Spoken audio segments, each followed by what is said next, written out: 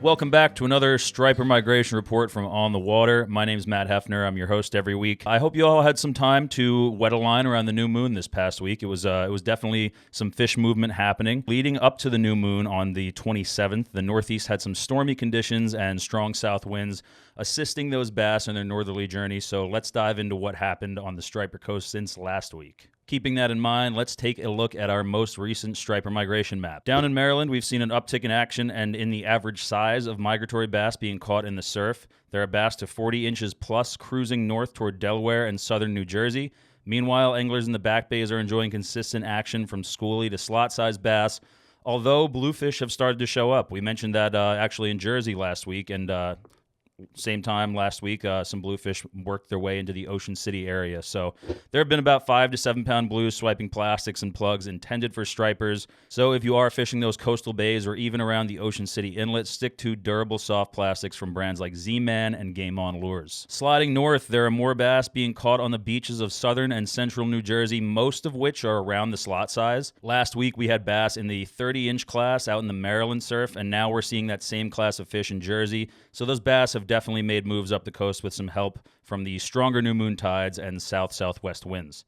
If you're planning to fish the surf from Cape May to Ocean County, New Jersey this week, swing by your local tackle shop to grab some fresh clams, as they've been the top producers so far. We know the folks at Grumpy's are adamant about throwing the snot, so give it a try if you're looking for some beachfront bass. The Raritan Bay bass bite continues to be excellent as a result of more bunker showing up. There are fish to 40-plus inches taking metal-lipped swimmers, walk-the-dog style spooks, pencil poppers, large soft plastics both down low and on top, as well as on live bunker and trolled mojos. We're also starting to see more of those migratory fish from down south mix in with the Hudson stock. According to Captain Chris Oliver of Keeping It Real Sport Fishing in Poughkeepsie, New York, the water temps are just above 50 degrees up in the Hudson, and they're starting to see schools of fish around 40 inches racing north on their spawning run. Chris has been putting his charters on bass using live and chunked river herring, and he believes most of the bass they're catching are smaller males that are following a big group of larger female bass that are making their way through the northern section of the Hudson. There were kind of some early arrivals further north up there, so all seems well in the Hudson River. On Long Island, the South Shore surf is coming to life with more bait fish and some large schools of migratory fish in the 30-inch class moving in and out of the inlets.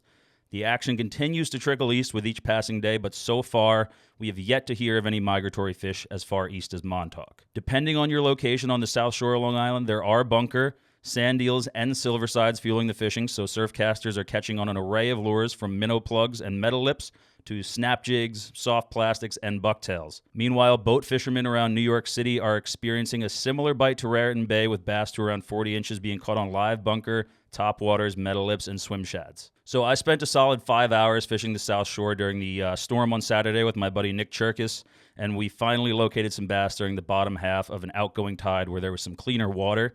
We caught the end of a bite that found bass feeding in a rip along the deep edge of a sandbar before they started to slide back west where there had been some sand eels in the wash earlier in the week. The bays and inlets are great places to begin your search for these fish, and sometimes finding them is just a matter of moving a couple miles away where the conditions are a bit more conducive to bass feeding. Up on the north shore of Long Island, it's a similar story. There's some great striper fishing in the Western Sound, and that action is slowly bleeding east. There are bass from schoolie size to around 20 pounds in the back bays and inlets feeding on abundant spearing. Silversides for all you New England folk. No signs of bunker beyond the Western Sound just yet. Water temperatures in the Eastern Sound are around Orient Point are just now hitting 50 degrees, and it looks like the warm weather is here to stay, so we can expect some migratory fish to hit the east end of Long Island in the very near future. Skipping across Long Island Sound, the river mouths and harbors, as well as the adjacent beaches in the western part of the state, are hosting good fishing for resident stripers and some early migratory fish that are chasing river herring. Captain Jim Christensen of Rod and Reel Charters said that light tackle plugging for stripers has been especially excellent 2 hours before and after the high tide, when there's a little more water that allows those bass to slide into the shallows to feed. Those bass range from schoolie size to slightly over slot, according to the captain. He also said that fishing around the islands in the western part of the Sound has improved over the past week, so there are some fish to be had in those open water environs where they're being caught on trolled mojo rigs, bucktail jigs, swimming plugs like metal lips, and minnow plugs. We're going to hear a little bit more about the fishing in the central and eastern Sound from one of our guests here shortly, so we'll leave that area alone for now. Heading north and east to Rhode Island, small waves of migratory fish are coming in from offshore, And while there is some hit or miss action in the surf, a lot of those fish are pushing up into Narragansett Bay. They're mixing in with some of the resident bass that are dropping out of the rivers and salt ponds, just like Dustin Stevens of Rhode Island Kayak Fishing Adventures had mentioned last week. Much like the bass over in Connecticut, river herring are the bait fish du jour, but we're hoping to see a good run of squid and eventually bunker in Rhode Island in the next couple of weeks. Our man behind the camera, Liam O'Neill, got out in Rhode Island with his friend Colin Picella over the weekend, but some big surf forced them to focus their efforts in the sheltered waters of the bay, where Liam's buddy hooked a healthy 30-inch class striper that was covered in sea lice on a Z-Man diesel minnow. Great to hear that there are some slot-sized fish beginning to show up in Little Rhodey. Moving on up to Cape Cod and the south coast of Massachusetts, things were relatively quiet leading up to the new moon, but we did receive reports of migratory schoolies with sea lice being caught in the salt ponds and bays on the south side of Cape Cod last week. Water temperatures have just begun to hover around 50 to 51 degrees in Woods Hole, so the backwaters are still the most likely places to find some action, and river herring are the main forage, but silversides are beginning to fuel some activity in the marshes as well. Small soft plastics and bucktail jigs are producing bites, but in areas of skinny, muddy water where small river systems meet salt water, herring imitations like larger soft plastics and surface swimming plugs like bombers, redfins, and metal lips are catching. Before my journey down to Long Island, I found bass chasing pods of herring in a glass calm estuary and received one take on a sporting wood metal lip from a good-sized fish that unfortunately just missed the hooks. I expect there to be more fish in those areas with herring runs this week, and hopefully by this weekend we'll be seeing schools of bass in more targetable numbers running through Buzzards Bay. And for those of you listeners closer to Boston, I just received word from my friend Hunter Thayer that small groups of migratory fish have reached the south shore of Massachusetts after pushing through the canal with some assistance from those new moon tides. He did mention that the fish are few and far between, but with that news, we can hope to hear of laced-up schoolies approaching Boston in the next few days or by early next week. On the Water striper migration reports are brought to you by Grundens. The Grundens brand was born almost 100 years ago in the small fishing village of Grundsen, Sweden, when Carl A. Grunden began making waterproof oilskins to protect fishermen from the harsh conditions of the North Sea. Today, Grundens continues to bring that same level of quality and care to their extensive line of technical apparel for commercial and recreational fishermen. I've been fishing in Grundens Bedrock wading boots and Vector zip stocking foot waders, as well as the Portal Gore-Tex wading jacket. I actually had it on in the rain last night. Water beads up, rolls right off the jacket. It's great. It's kept me safe, it's kept me dry, kept me comfortable, no matter the conditions. I'm really looking forward to breaking them in as the striper season gets underway. The Gore-Tex Portal wading jacket is packed with waterproof features like neoprene sleeve cuffs, a drop hood with a high collar that shields me from harsh winds and pelting rain, and it is specifically designed to perform in cold weather and deep wading situations, so I can keep casting the stripers through the elements from early spring through late fall. There's truly no better fit for a Northeast surf caster. Check out all their wading gear and more at grundens.com. Grundens, we are fishing. So our first guest this week is a dedicated kayak angler and contributing writer to On the Water. He's also the manager of Black Hall Outfitters in Westbrook, Connecticut. Here's Matt Stone reporting on the striper migration in Long Island Sound. What's up, everyone? Matt here from Black Hall Outfitters in Westbrook, Connecticut. Talking about the striper migration right now. We are on the tail end of April, and what we're seeing right now are a lot of those fish that were holding over in kind of the tidal creeks or the main rivers themselves are starting to either get much more active or drop down and out of those feeder creeks and those rivers into more open sound waters. That's kind of the order of operations here for us around this time of year when that water temperature does start to move up. I had 48 degrees on a high tide the other day and 52 and change degrees on a low tide. So that is kind of that, tipping point temperature for us where we start to see a lot more action and a lot more fish dumping out. I did come across a school of bass in open water the other day, which I think were holdovers dumping out into the main sound. They were not really big. There were a ton of them, about a basketball court of, school size, and they were really lazy. They were kind of porpoise feeding on the top. And that made me think that they were kind of just waking up a little bit. They were eating, they ate a small 4-inch paddle tail, but they weren't kind of going crazy. Right now, what we're throwing for a lot of these fish that were either chasing herring or starting to just kind of generally dump out, a lot of soft plastics. I have the 10-inch finesse fish from Lunker City here and the 7-inch as well, bunker color, white color. Those are always great this time of year. Any sort of soft plastics, you can throw like a gravity tackle 9.5-inch eel, anything along those lines. That's nice, lazy, easy meal for them. We're also, I think, at this point where we can start to throw other items like topwaters. I've got the Game On X-Walk here, the Jigging World Bone, and then the Ozuri Hydro Pencil, which is a pretty cool one. So these are all really good, and notice they're not super big. We're not at the point where we're throwing 9-inch docks right now. I also really like a twitch bait this time of year. This is the Tsunami Tidal Pro, the new 5-inch one this year. Those are going to work really well kind of in these coming weeks. And as we move into May, we are going to start to see a trickle of migratory fish coming in. You kind of hear bits and pieces of them coming in, and then it seems like sometime in late May, early June, they all arrive at once. But what you're seeing for the next couple weeks for us is going to be those holdover fish getting active, some of the bigger fish that spent their winter here getting active, and then occasionally you're going to start to hear as time goes on into May, mid-May, those other bigger bass that are going to start to trickle in with some lice on them and things like that. So that's it here for the Long Island Sound. I hope everyone's having a great spring and catching a bunch of fish. All right, thanks, Matt, for giving us a rundown on the striper fishing in the Sound and those tidal rivers of Connecticut. Like Matt mentioned, there are tons of fish beginning to drop out of the rivers where they'll soon be mixing in with migratory bass. Focusing on water temperatures and water quality is crucial to success this time of year, but equally important is presenting lures that closely resemble river herring or at least match the profile before they move into more open water environments in the Sound. Our next guest this week is one of our weekly Long Island Fishing Report contributors from Causeway Bait and Tackle in Wantagh, New York. Here's Captain Brandon Weitz sharing a little more info on the striper fishing on Long Island's South Shore. What's up, Matt? Thanks for having me. So I want to talk about the striped bass fishing here on the South Shore. Fish are showing up, the fish are here. Obviously, the local beaches have been producing some fish, also some in the back bays. If I was going to fish, closer to the inlets would be ideal, but the fish are all over. They're obviously moving, they're in the water. So you just got to work around and you'll find some fish. For the size, obviously, some underslots, some slots, even some overslots are showing up. Like I said, I have guys fishing the inlet that are picking up some nice, 30, 35-inch fish. So there's definitely some good sized fish around. As per the bait, obviously, there's spearing, bunker. I even heard of some sand eels on the beach. So these fish are definitely eating a variety of things. What I would use right now, Joe Baggs Water, SP Minnow, stuff like these. When they're eating the small baits, they want these small profiles.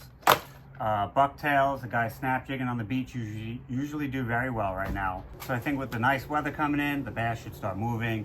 We should get some more bunker showing up in the local waters. I hope this troll bite picks up, spoons, mojos, live bunker. I think it should be a good spring. And like I said, once the fish start moving, it's going to turn on. On the Water striper migration reports are also brought to you by Quantum. Stripers are back, and so is Quantum with their new Benchmark and Strive spinning reels.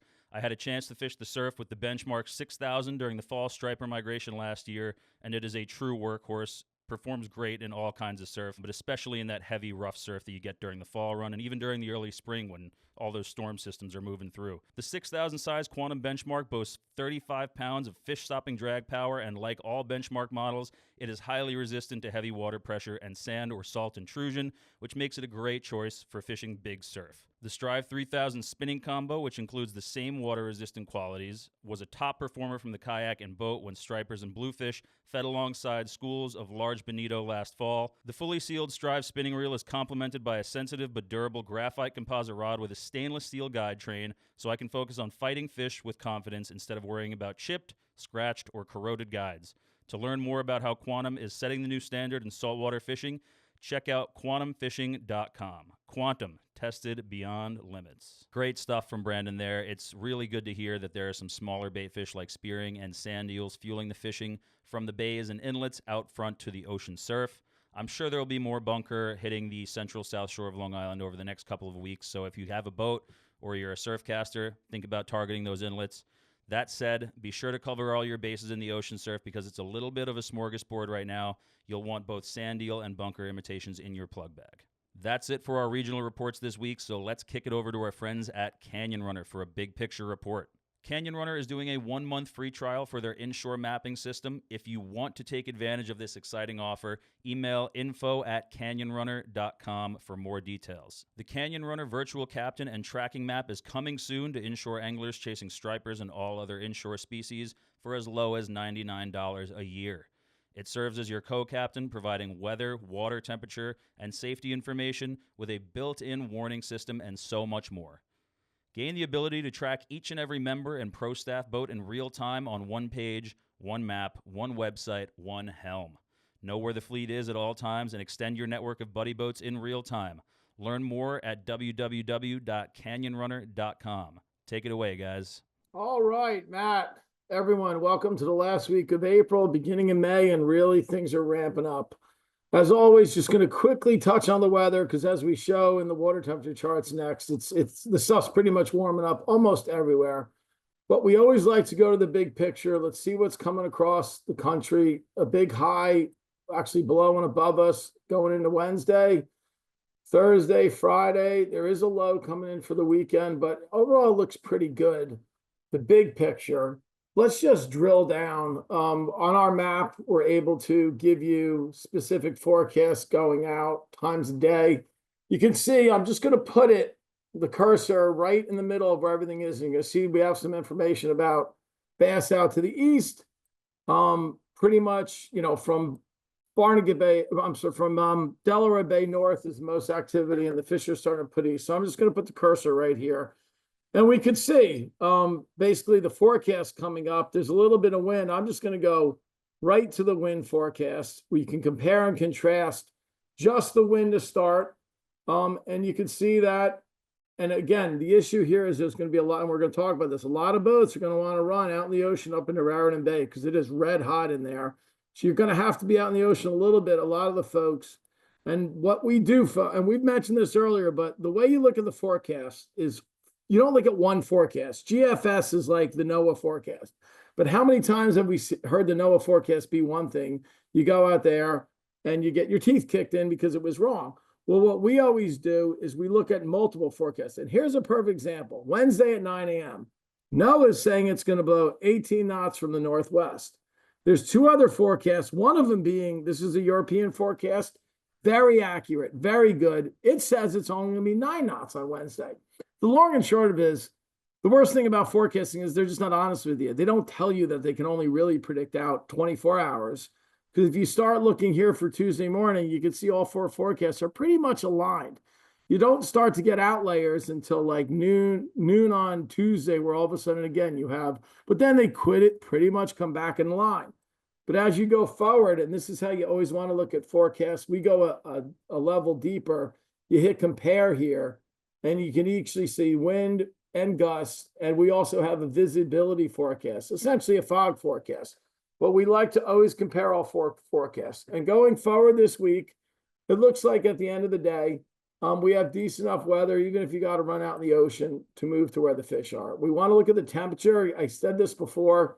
We'll look at the water temperature, but we don't have really a temperature issue where we're going to see a lot of below 50 degrees at night. So the water's warming up. So let's go to water temperature. Looking at our water temperature, and here it is. This is from Sunday.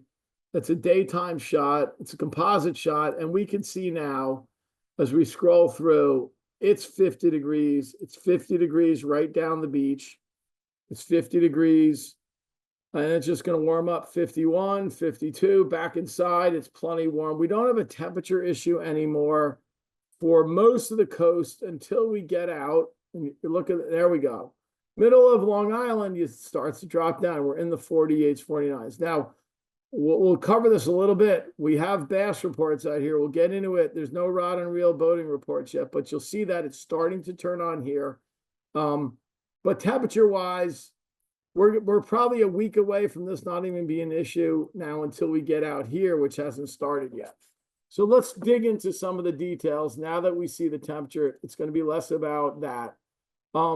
If we get these fishing notes off here, I'm going to go where look, it's obvious where the activity is at. Now you're seeing a lot more activity on the map. We still have barely more than 15% of our members fishing and maybe 15 to 20% of our pro staff. But you can see this is where the action is. And it's all over Raritan Bay. Talking with Freddie Gamboa, reiterated, he's at them all over the bay. You can catch them any way you want. Going to put up some fishing notes here. It's been good everywhere. It's been good on trolling mojos, umbrella rings, casting shad, metal lip swimmers. Bunker by far is the best.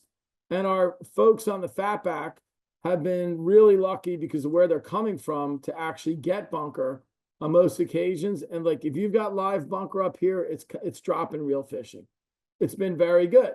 Again, a theme that we've carried over, there's boats, as you can see, there's boats running this way. There's boats running up the beach. This boat, 2 or 3 boats ran up the beach. There's still, bass that basically kind of hibernate out in the winter. There's still some around here. These are folks still dreaming for their first bluefin of the season. They're catching some bass still out there, but even that's kind of petered out. Those bass have migrated inside, and the feed is on in here. Not the only place. We're going to start in the middle. We're going to go east, then we're going to go south. In Jamaica Bay, this has been really good. This has been consistent. They've been able to get bunker up in here. And again, it's just all bunker fishing, drop and reel fishing, but you can cast at them too. The same is going to apply for all these little nooks and crannies. If you can get there, we just don't have a lot of boats fishing it yet, but yet some of our private members have caught fish up in this way. But as you get out here, again, remember the temperature cools down, so it kind of really slows. But let's go east because we've got a new pro staff out in, see if I can pull up. We've got a new pro staff out in the Montauk area. It's O Brother Fishing, and they have done, I'm going to zoom in right here.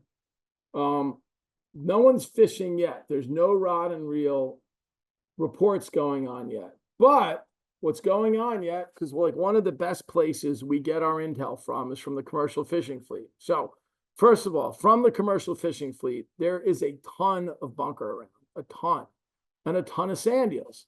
And there's even some squid out here by the point. Draggers, as bycatch, are actually catching some mixed-sized bass, and they have been down here to the south. So that season's going to open up any second. The fish are there. Some surf casters caught a few from, but it's still just like it started. And this is, we see the same thing, just like it started, and we'll move south again. For Mod Squad, like over a month ago, back up in here, tight to the areas where it warms up warm first is where they're going to bite. But the draggers have told us there's plenty of bass out here south of the island. But most importantly, there's a ton of bait. 2 or 3 more degrees of temperature here, and it's going to go off. And that's kind of the newest and best information we can pass along. So let's come all the way back to Raritan Bay. It's kind of no-brainer, folks. It's really good. You get there, they bite at the top of the tide, the bottom of the tide, the morning, the afternoon. Look, it's not the best fishing that's going to get, but it's very consistent. One more time, if you got live bunker, which are extremely hard to get right now, it's automatic. There's fish back up here still in the Shrewsbury and the Navasink. Now, as we come down the beach, one of our pro staff, LBI Sport Fishing, he's been actually trying to fish the beach. Again, nothing out in the ocean, but he's been surf fishing the beach down here, not really having a lot of luck, fishing every night, fishing during the day sometimes, seen a few fish caught, but they haven't caught much. There's still none out here in the ocean. And let me pull to the chart that goes over here. There's still nothing going out in the ocean here, but there has, as you can see, there's been activity. During this week, we've had boats out here. We've had people looking. Just there's no bites on the bass out here. A Mod Squad charter towards the end of last week did a bunch of tog trips, which were very good, but no action out here. So back on a striper charter, look, they're back up here in the creek. These are kind of fish that push back up there. This was on Monday. Back up here, decent fishing, but kind of unusual that the fish have stayed here this long. Most likely, and Captain Sid said this last week, the ocean fish have migrated in. They've done their spawn. They're now starting to feed, and that's what he's been catching. And then same thing with Delaware Bay. What was once going on back up in here is now closer up in this area, and a handful of fish out in the middle of the bay. But overall, folks, that's it. The weather's here. The water temperature's here. The fishing is really going to turn on as we get into May, and we're going to finally see within a few days, and with the temperature like we talked about, with it all like no colder than 55. This is New York City. No colder than maybe 52, 50, like 58 at night, 63 at night. That's going to help you folks out to the east, and that's what we want. We want this. We want that water temperature out here warming up so that you have the Block Island fish, the bass that are just sitting here, and all that bait. It's going to be really, really good. So we hope that happens quickly. We hope there's no more wait. We hope the next call has a whole bunch of boats fishing up here, and we could all share in on this. And Matt, that's it. Back to you. Thanks, everyone, and good luck fishing this week. Enjoy the weather. On the Water's striper migration reports are also brought to you by Garmin Marine. Whether you're setting up to hold position on a rip line or inching your way toward a boulder-strewn beach, Garmin's force crack and trolling motor is up to the task in any saltwater environment. With autopilot features like anchor lock, cruise control, and route following, which can all be controlled via wireless remote, this bow-mounted trolling motor is built to help you make the most of your inshore fishing trips, regardless of the conditions. The force crack and trolling motor is available in a range of shaft lengths from 48 to 90 inches for bay boats, center consoles, down east style hulls, and more. Learn more about the force crack and trolling motor and everything Garmin Marine has to offer at www.garmin.com.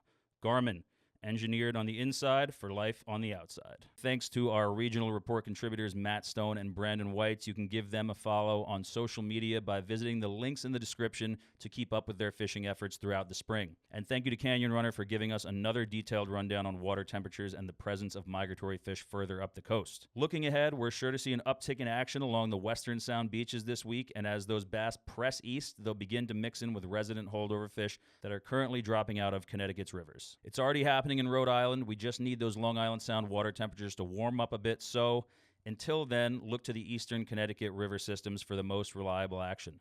As the Sound continues to heat up, we'll also see some better bass fishing in the bay systems on the east end of Long Island. Down in New Jersey and the south shore of Long Island, anglers can expect another wave of larger migratory fish in the 40-inch range to move up the coast during the next week or week and a half. The fishing has been good around NYC, but it's going to heat up even more on those ocean beaches in the very near future.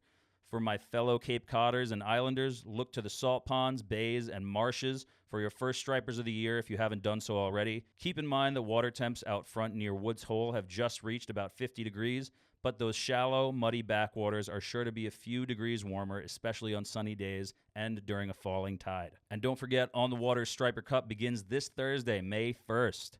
This 20-week catch-and-release-based striped bass fishing tournament awards weekly prizes from Yeti, Bubba, Penn, Costa, and Turtlebox Audio just for catching fish and submitting your photos online. You can learn all about the cup and sign up at stripercup.com. For more striper migration updates, follow On the Water Magazine and Striper Cup on Instagram.